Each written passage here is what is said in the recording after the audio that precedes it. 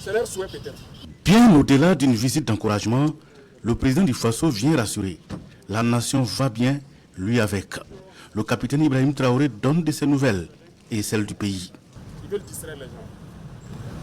C'est rien d'important. Nous, on ne fuit pas. Jamais. Nous sommes soldats. Ça, c'est la dernière des choses qui vient en tête. On ne recule pas, on n'abandonne pas. Et on s'agenouille devant personne. Donc ça, c'est notre mentalité comme ça. Ils se chatouillent eux-mêmes et qu'ils rient. Sinon, nous, on est là, on continue de travailler. On est avec vous chaque matin, on passe. Voilà. Mais on ne voulait pas venir pour les laisser continuer jusqu'à aller se noyer eux-mêmes. Je pense qu'ils se sont bien noyés maintenant. Toute l'Afrique a compris que ce sont des apatrides, ce sont des ennemis de la nation. Voilà, c'est une année absolument, nous sommes là, on travaille. La dernière semaine est l'une des plus riches en rumeurs sur les réseaux sociaux, mais aussi en allégations de la part de certains médias. Grogne dans les rangs, fuite du président du Faso vers une destination inconnue, bref, autant de rififi qui ont alimenté une semaine durant les populations. Le chef de l'État, chef suprême des forces armées nationales, en un mot, le chef de guerre est bel et bien là. Ils sont payés par la DGSE, ils sont obligés de faire le travail qu'on les demande. Voilà, ils ne sont pas libres en fait. Il y a beaucoup de médias là, ils ne vivent pas de la publicité ou je ne sais pas. Hein. C'est faux, c'est des gens qui payent et vous donnez l'information comme ils veulent. Voilà, même malheureusement ici il y en a, au Burkina il y en a plein. Voilà, quand on le dit souvent, les gens disent qu'on attaque le journalisme. Il y en a. Je pense qu'il faut faire le choix entre gagner son pain, mais aussi aimer sa patrie en fait. C'est vrai, eux ils se battent pour leur patrie. Hein. Tout ce qu'ils font, c'est à l'avantage de leur patrie, mais il faut se départir de ça. Dans certains milieux, l'on parle de vacances de poste. Des tractations seraient même en cours pour désigner son successeur. De pur mensonge, rétorque le président du Faso. C'est imaginaire. Si c'est vacant, qu'ils viennent prendre.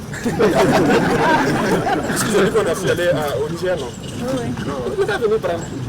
Ils essaient là-bas pour faire quoi? Ils n'ont qu'à venir eux-mêmes venir prendre. Ils n'ont rien compris en fait. Mais comprenez-les, s'ils ont été payés et qu'ils n'ont pas atteint leur objectif, ils sont obligés de mentir pour justifier ce qu'ils font. Et ce n'est pas eux seuls. Ils composent avec les terroristes pour tuer les Burkinabés, croyant qu'ils peuvent faire changer les choses. C'est révolu ça. Les gens ont compris. Donc il faut leur dire peut-être si c'est vacant, ils n'ont qu'à venir.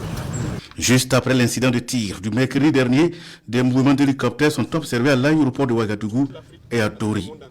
Une simple coïncidence, car ces mouvements visaient à sécuriser une localité de la zone du Sahel. On a lancé l'opération à Nassida. Et donc les hélicoptères envoyaient des troupes en renfort encore. C'est juste ça. Donc ils ont décollé, ils allaient à Dori, aller prendre donc, des éléments donc, du 9e pied. Il y avait des éléments de l'hygiène qu'ils ont pris ici à Ouagadougou. Aller pour l'opération au niveau de Mansida. Donc on a aussi appris ça comme ça. L'acharnement là va vous permettre de comprendre qu'il y a quelque chose de bizarre quand même. Donc c'est faux. Le mouvement d'humeur c'est faux. Il n'y a rien. Et ça fait que hier ou c'est avant-hier là. L'état-major était obligé de communiquer. Mais nous ne voulions même pas qu'ils communiquent. C'est parce que les parents des soldats Dori ont commencé à les appeler. On a appliqué ces trucs qui voulaient vous mutiner au camp. Les enfants disent qu'ils sont en opération même. D'autres sont vers Manzila, d'autres sont vers Bani en opération. Et les parents les emmerdaient beaucoup. Donc ils ont demandé à ce que, est-ce que l'état-major peut communiquer vraiment pour qu'on arrête de les emmerder, de les laisser se concentrer sur leurs opérations. Vous voyez ce qu'ils font? Le président du Faso de rassurer ses concitoyens de l'intérieur et de l'extérieur, ainsi que les investisseurs, le Burkina Faso avance sereinement pour sa souveraineté totale et pour son développement. L'un des objectifs, c'est de faire peur aux investisseurs. De dire que le Burkina est stable, qu'il n'en est plus pas. Vous savez que le Burkina fait partie, depuis 2023, là, des 10 pays les plus attractifs en Afrique. Les investisseurs veulent venir au Burkina parce qu'ils voient de la vision. Ils voient que ce pays peut se développer avec ce qu'on nous sommes en train d'entreprendre. Donc il y a beaucoup de gens qui nous visitent, qui viennent pour investir au Burkina. Et quand ils font ça, ça fait peur aux investisseurs. C'est notre objectif, donc c'est dire à ceux de l'extérieur et d'autres investisseurs qui veulent venir au Burkina, c'est archi faux ce qu'ils racontent. Le Burkina est bien stable, ils peuvent venir, ils peuvent croire au Burkina. Et tous ceux qui sont à l'extérieur, tous ces médias mensonges-là, c'est du fait qu'ils racontent. Voilà, c'est l'un de leurs objectifs. Ils ont un plan en tête, c'est sûr. Mais nous sommes aussi au courant, on les attend de pied ferme. Sa visite intervient une semaine après l'incident de tir qui a atterri à cet endroit précis dans la cour de la télévision nationale du Burkina. Et cette visite se veut une tribune pour réconforter le moral du personnel.